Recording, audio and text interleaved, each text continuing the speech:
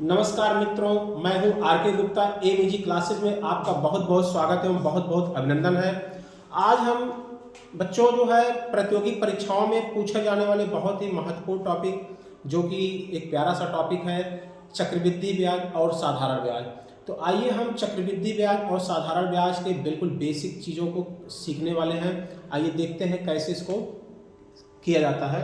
तो याद रखिएगा, जैसे कि आप लोग जानते हैं कि सिंपल इंटरेस्ट क्या होता है, इसको हम साधारण ब्याज कहते हैं। सिंपल इंटरेस्ट को क्या कहते हैं? साधारण ब्याज।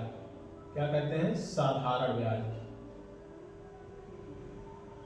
और कंपाउंड इंटरेस्ट को क्या कहते हैं? चक्रवृद्धि ब्याज। चक्रवृद्धि ब्याज। चक्रवृद्धि ब्याज। चक्रवृद्धि ब्याज क्या होता है? ब्याज पर लगने वाला ब्याज क्या कहलाता है? चक्रवृद्धि ब्याज कहलाता है। तो यहाँ पे हम लोग जो है फार्मूले का बहुत कम उपयोग करेंगे, बहुत कम यूज करेंगे। हम इसकी जो है बिल्कुल ट्रिकी तरीके से और ग्राफिकल तरीके से इसको सीखने का प्रयास करेंगे। तो देखिएगा, जैसे एग्जाम्पल लेते हैं, एक जो है मान लीजिए कोई वस्तु है, उसका चक्रवृद्धि ब्याज दिया गया है 6 रुपए 80 पैसे। कोई चक्रवृद्धि ब्याज है जो कि 6 रुपए 80 पैसा है, ठीक है ना। और ब्याज दर है 12 से 1/2%। 12 से 1/2% है। और समय दिया गया है 2 वर्ष। समय है 2 वर्ष। आपसे पूछा गया है कि प्रिंसिपल क्या होगा, मूलधन क्या होगा। प्रिंसिपल को क्या कहते हैं? मूलधन कहते हैं। तो यहाँ पे कंपाउंड इंटरेस्ट जो चक्रवृद्धि ब्याज है 6 रुपए 80 पैसा है, और ब्याज की दर क्या है? 12 से 1/2% है। समय है 2 वर्ष। आपसे पूछा क्या गया? मूलधन पूछा गया है, ठीक है ना। तो आप जैसा कि जानते हैं कि 12 से 1/2% जो होता है वो फ्रैक्शन में कितना होता है? भिन्न में क्या होता है? 1/8 होता है। तो साथियों, प्रिंसिपल निकालना है, मूलधन निकालना है, तो प्रिंसिपल को हमें मानना पड़ेगा। तो देखिएगा, जो यहाँ पे हर में वैल्यू है, जो हर में वैल्यू है इसको उठा लेंगे, और यहाँ समय कितना दिया गया? 2 वर्ष। तो इसकी पावर लगा देंगे, तो 8 का पावर 2 हो जाएगा। 8 का पावर 2 कितना होता है? 8 × 64 होता है। तो हमने मान लिया कि जो मूलधन है वो 64 यूनिट है, और समय कितना दिया गया है? 2 वर्ष। तो जब 2 वर्ष दिया गया तो हम यहाँ पे क्या करेंगे? 2 लाइन ड्रॉ करेंगे, ठीक है ना। अब ब्याज दर 12 से 1/2% है, जिसका हम फ्रैक्शन में मान क्या होता है? 1/8 होता है। तो 64 का 1/8 मित्रों क्या होता है? 8 से इसको भाग लगाएंगे, 8 × 64 होता है। ठीक उसी तरीके से इस 64 का 1/8 निकालेंगे, 8 × 64। फिर से इस 8 का 1/8 निकालिएगा तो कितना होगा? 8 8 से कट जाएगा, कितना आ जाएगा? 1 आ जाएगा, ठीक है ना। अब यहाँ पे कंपाउंड इंटरेस्ट दिया गया, चक्रवृद्धि ब्याज 6 रुपए 80 पैसा। तो देखिएगा, ये 8 8 16 क्या हो गया? दोनों वर्षों का साधारण ब्याज हो गया।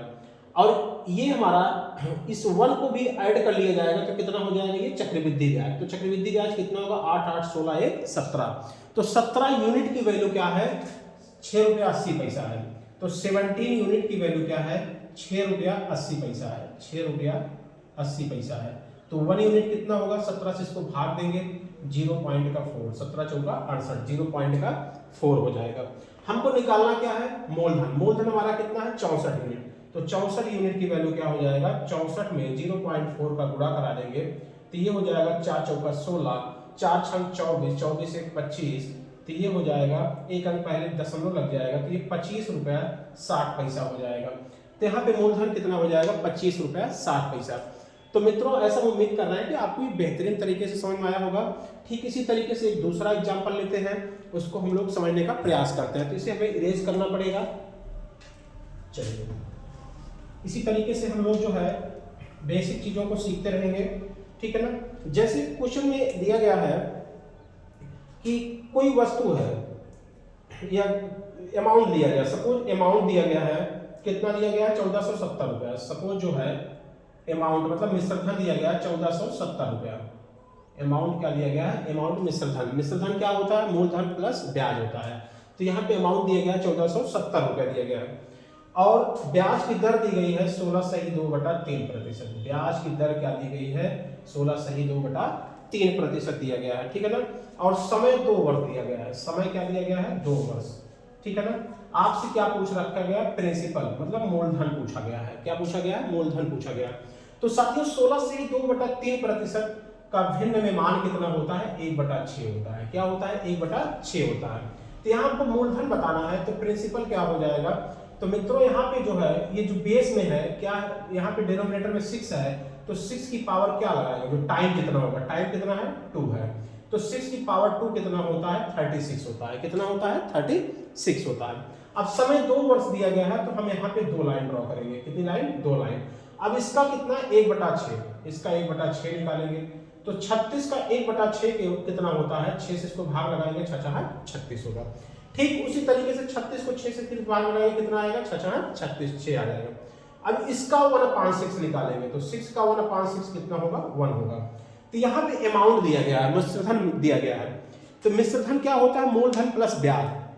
तो यहाँ तो देखिए 6 6 12 यूनिट क्या होगा, साधारण ब्याज होगा, और 6 6 12 1 13 यूनिट क्या होगा, चक्रवृद्धि ब्याज। अब इस चक्रवृद्धि ब्याज में प्रिंसिपल को ऐड कर देंगे, प्रिंसिपल कितना है, 36 है। अब 36 में जो है, 36 में अगर हम 13 जोड़ेंगे कितना आ जाएगा, 6 3 9 और 3 1 4, 49 हो जाएगा। तो यहाँ पे 49 यूनिट जो है, 49 यूनिट की वैल्यू क्या है, कितना है, 1470 है। कितना है, 1470 है। तो 1 यूनिट कितना होगा, इसको डिवाइड करेंगे, 7 से कट जाएगा, 7 7 49 और 7 दूना का 14, 7 1 7 और ये 0, तो फिर 7 से कट जाएगा, तो 1 यूनिट कितना आ जाएगा, 7 3 21 और 0 30 रुपए आ जाएगा। हमें क्या बताना है, यहाँ पर मूलधन बताना है। तो मूलधन कितना हमारा है, 36 है। कितना है, 36 यूनिट है। तो 36 यूनिट की वैल्यू क्या हो जाएगी, 36 में 30 का गुणा करा देंगे, तो ये आ जाएगा 0, एक 0 हो जाएगा, 3 6 18, 3 3 9 1 10, 1080 रुपया।